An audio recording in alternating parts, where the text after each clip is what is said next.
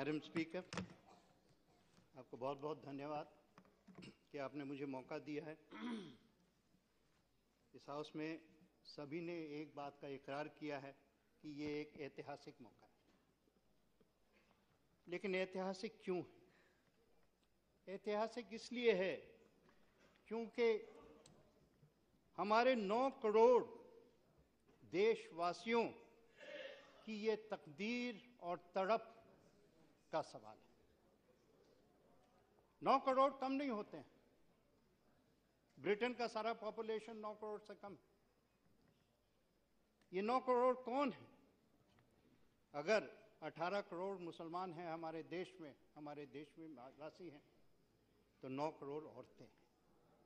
और ये इनके लिए हम आज यहाँ पर बैठे। मैं शुरू करना चाहता हूँ एक कहानी के साथ।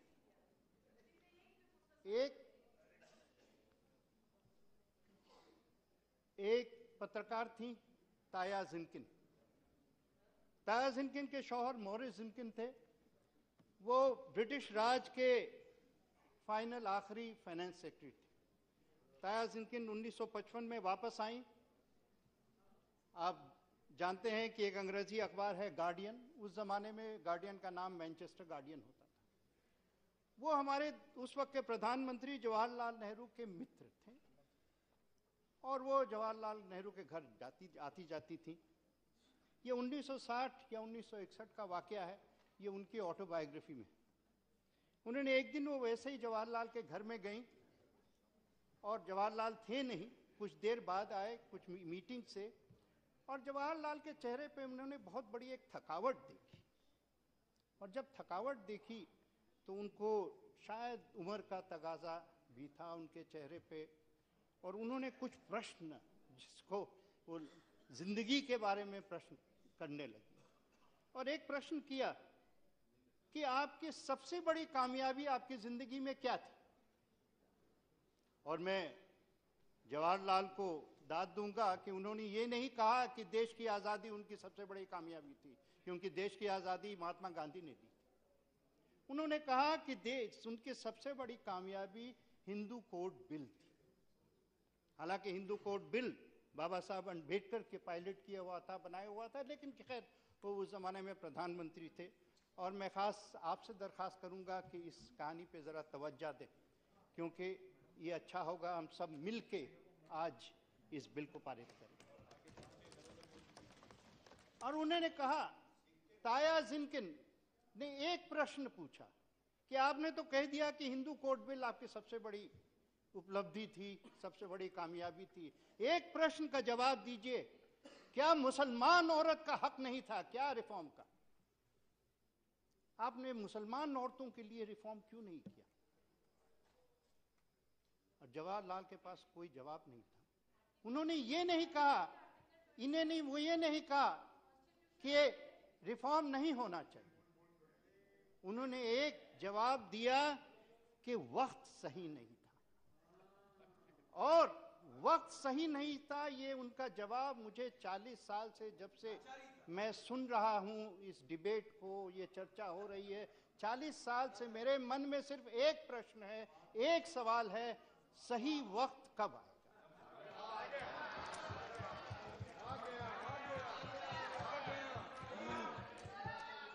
इंदिरा गांधी के जमाने में भी सही वक्त आ सकता था, वो महिला थी, लेकिन उनके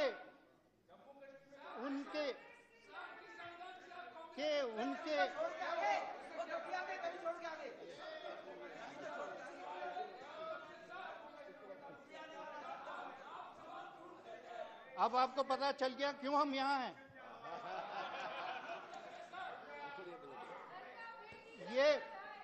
ये प्रश्न का जवाब जो है इतिहास मांग रहा है। इंदिरा जी के जमाने में हो सकता था, जरूर हो सकता था।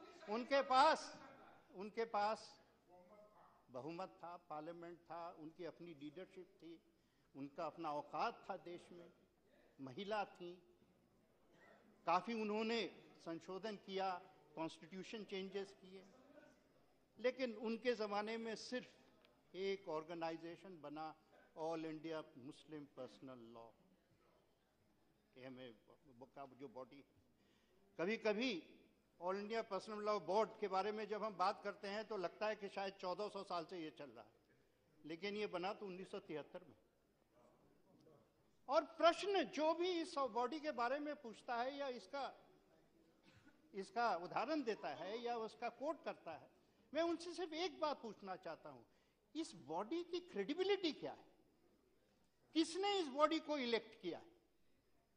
ये कहां के ये रहनुमा बन गए? किस बेसिस पे? क्या यह कौम के अंदर इलेक्शन होता है जिसमें ये जीत के आते हैं? ये तो अपने आप को चुन लिए और अपने आप को चुन के बस अपने ही ख्याल के लोगों को जोड़ते जाते हैं और सारे देश के 18 करोड़ लोगों के ये एक फॉल्स आवाज बन गए। जब कुछ होता है, जब कोई बात होती है, तो भाई उनसे पूछ लो। क्यों पूछ लें?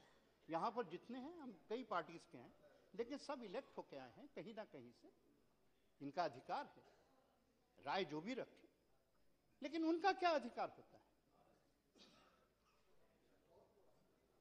ये मौका फिर, जैसे बहुत लोगों ने कहा, शाहबानों के जमाने में आया, वो मौका भी हाथ से निकल गया। लेकिन शाहबानों के जमाने में मैं दोहराना नहीं चाहता हूं, क्योंकि मीनाक्षी जी ने कह दिया है, बाकी लोग भी कह चुके हैं। मेंटेनेंस की बात मैं सबसे सुन रहा हूं, अब बड़ा मेंटेनेंस का ख्याल आ रहा है, बहुत मेंटेनेंस के दिल तड़प रहे हैं। शाहबानों का मेंटेनेंस 127 रुपया महीने का था मात्र, और उसके लिए आपने देश भर में आंदोलन कर दिया कि हम 127 रुपया, कोई एक 62 साल की महिला जिसके जी नहीं, मैं रिकॉर्ड में नहीं आएगा, इनकी बातें रिकॉर्ड में नहीं आएगा, केवल मंत्री जी बोल रहे हैं वो रिकॉर्ड में आएगा। बैठिए। ये मैं शायद इनको कुछ कहना नहीं चाहता हूं, क्योंकि शुरू कर दूंगा तो बड़ी लंबी दास्तान हो जाएगी। लेकिन इनको इतना नहीं पता है, कि मैं पार्लियामेंट में 89 में आया, 84 में आया नहीं, मैं 89 में आया। और खैर देखिए, कोई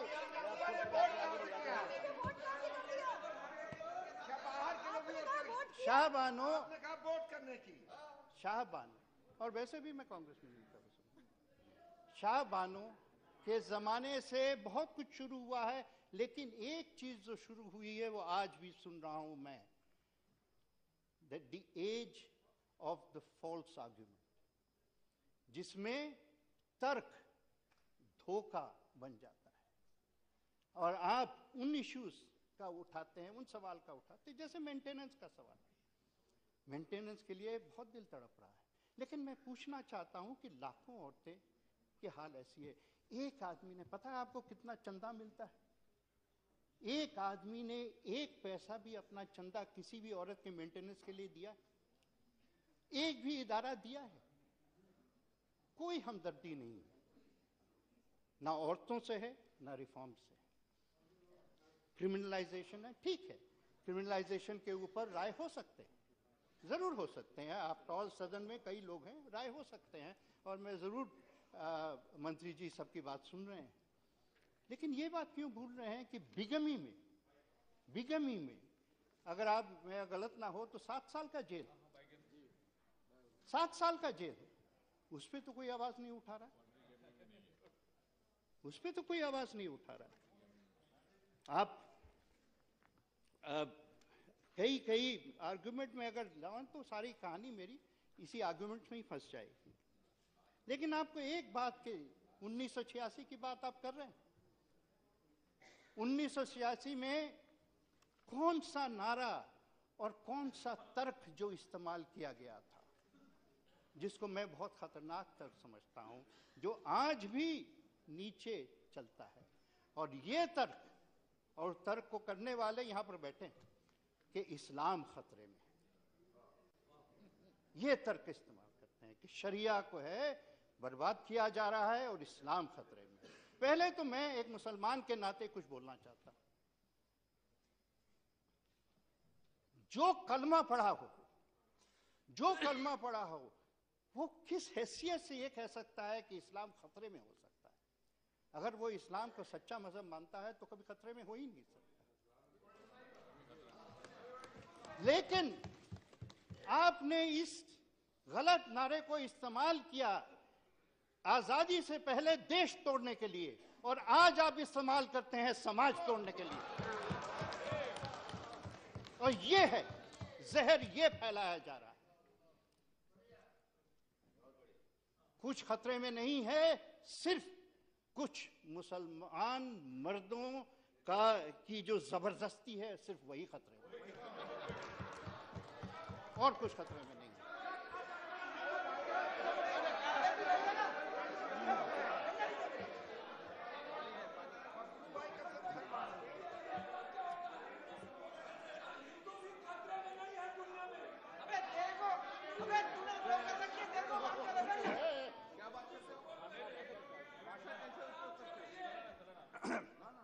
यहां पर हमारे किसी मित्र ने प्रश्न उठाया जो बहुत ही इंपॉर्टेंट प्रश्न है, और वो है, मुझे याद नहीं है किसने उठाया है, कि ये शरिया क्या है, ये शरिया है क्या? इसका भी जवाब देना जरूरी है। हमारे दिमाग में बैठा है कि शरिया जो है कानून है। शरिया का असल माने कानून नहीं है, शरिया का असल माने रास्ता है। कुरान शरीफ में लिखा गया है कि शरिया, और आपको पता है कि शरिया का जिक्र सिर्फ सारे कुरान शरीफ में एक बार है, और वो है जब अल्लाह रसूल सल्लल्लाहु अलैहि वसल्लम को दिखाते कि मैंने तुझे सही रास्ता दिखाया है। तो कानून जो बना, रास्ता फलसफा था, लेकिन कानून बनाने वाले मर्द थे, कानून बनाने वाले इंसान थे। आप कहते हैं कि शरिया, इसीलिए कोई शरिया एक नहीं है।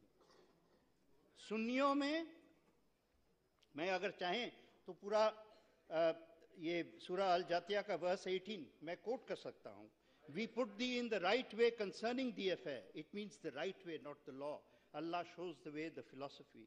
And then this is based on itiqadat, belief, adab, morality, ibadat, devotion, and uqabat, punishment. Punishment बहुत जरूरी है इसमें।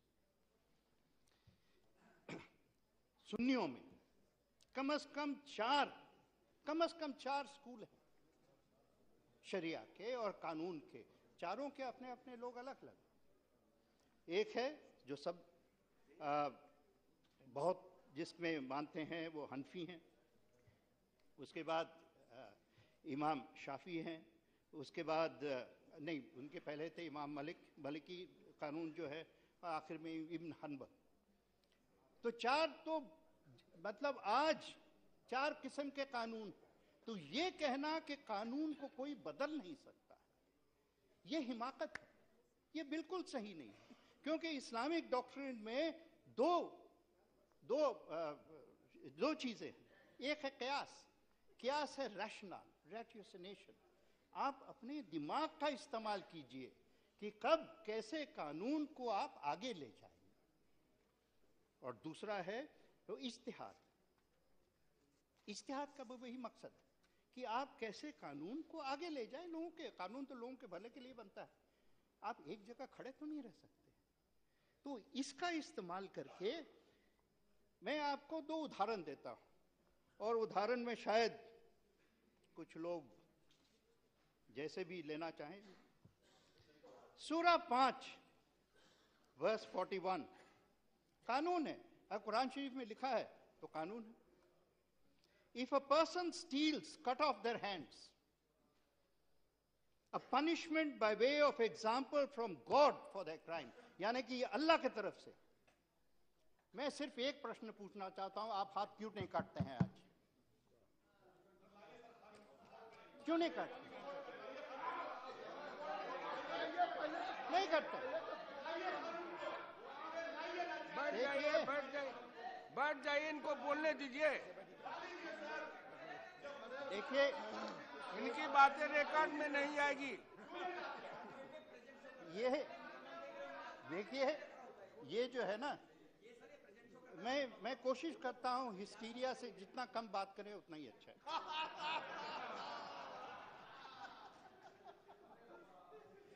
और एक और मैं सिर्फ 2 ही उदाहरण में देना।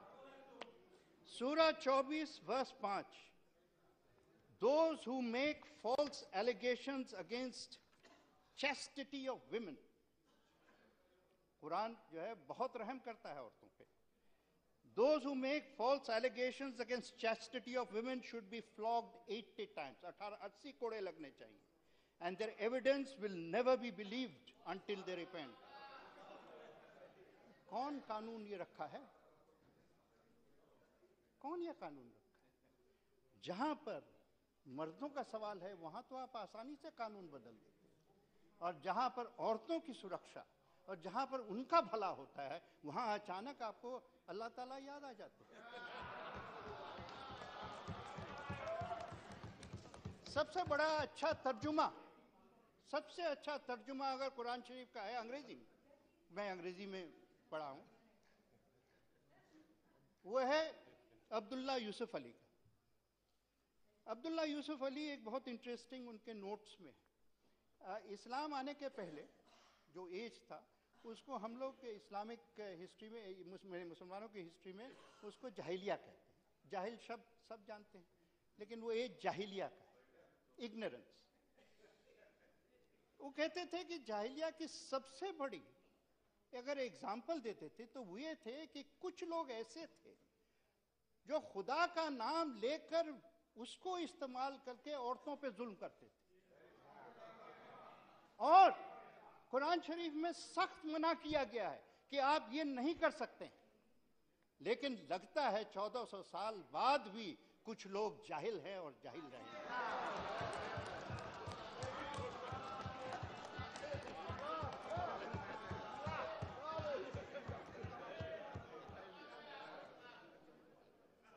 ये कुरान शरीफ औरतों के बारे में क्या करता है, क्या कहता है?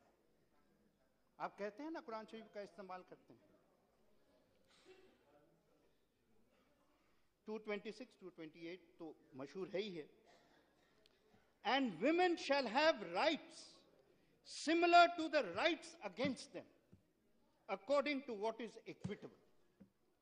यानी औरतों के हक वही हक होंगे जो मर्दों के हक है और बराबरी के होंगे,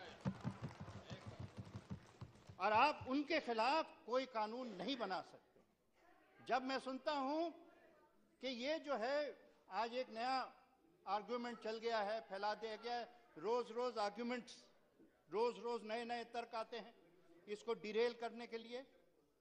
एक नया आर्गुमेंट हो गया, अरे इस्लाम में तो कॉन्ट्रैक्ट है शादी, अगर कॉन्ट्रैक्ट में, लेकिन मैं तो आपसे वही कहता हूं कि ये ट्रिपल तलाक जो है वो कॉन्ट्रैक्ट भंग करता है, क्योंकि इस्लाम का कॉन्ट्रैक्ट ईमान के ऊपर है, ईमानदारी के ऊपर है, जस्टिस के ऊपर है, और जहां जहां इनजस्टिस हुआ है उसमें उसका मतलब है कि आपने इस्लामिक लॉ या इस्लामिक जो शादी है उस कॉन्ट्रैक्ट को भंग किया है।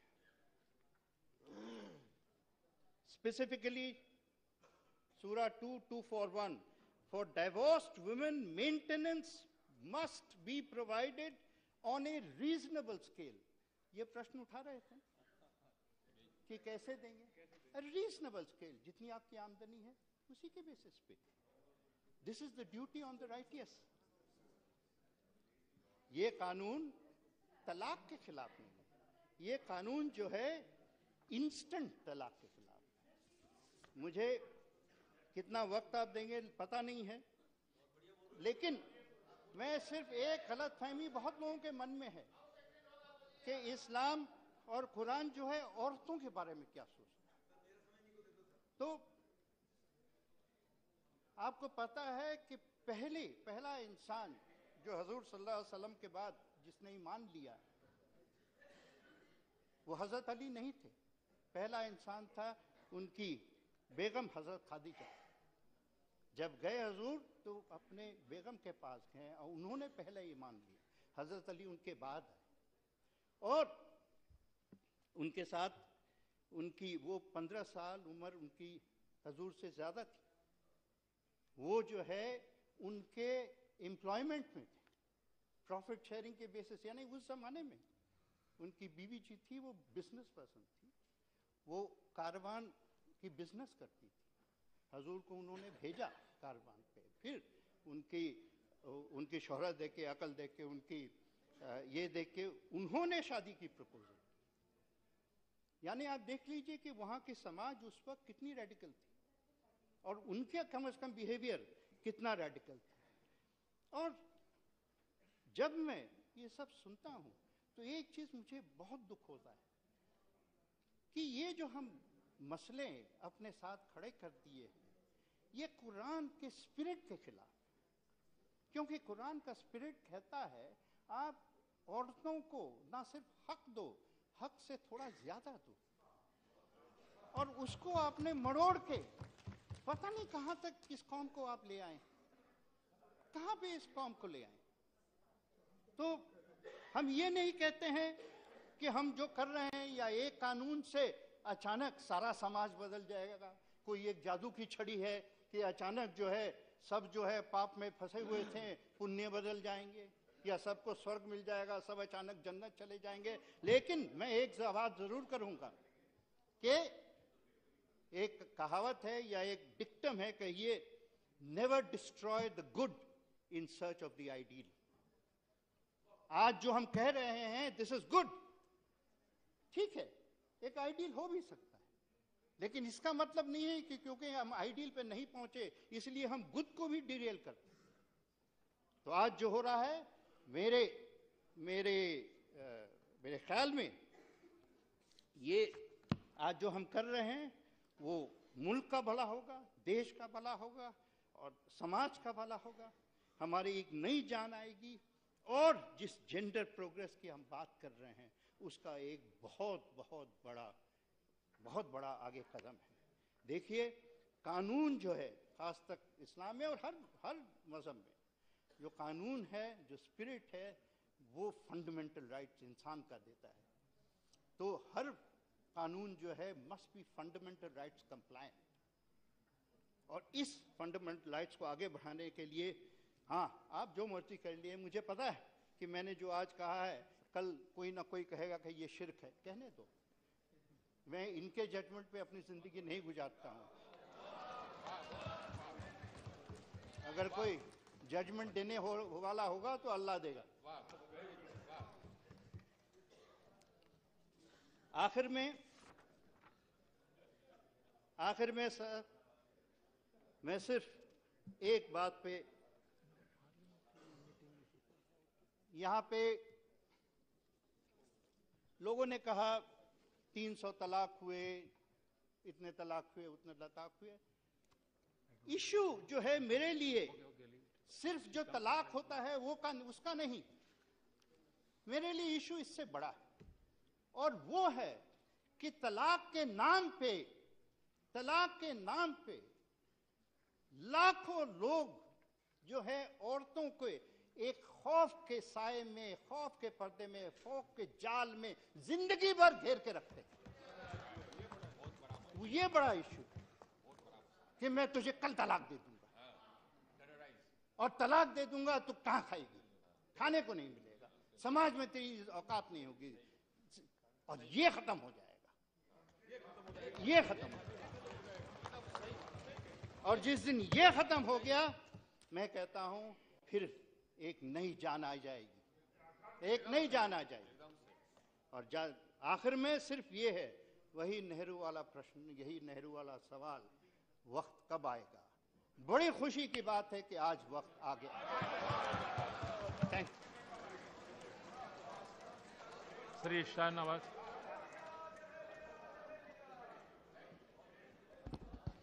Thank you, Deputy Speaker, for giving me the opportunity to intervene.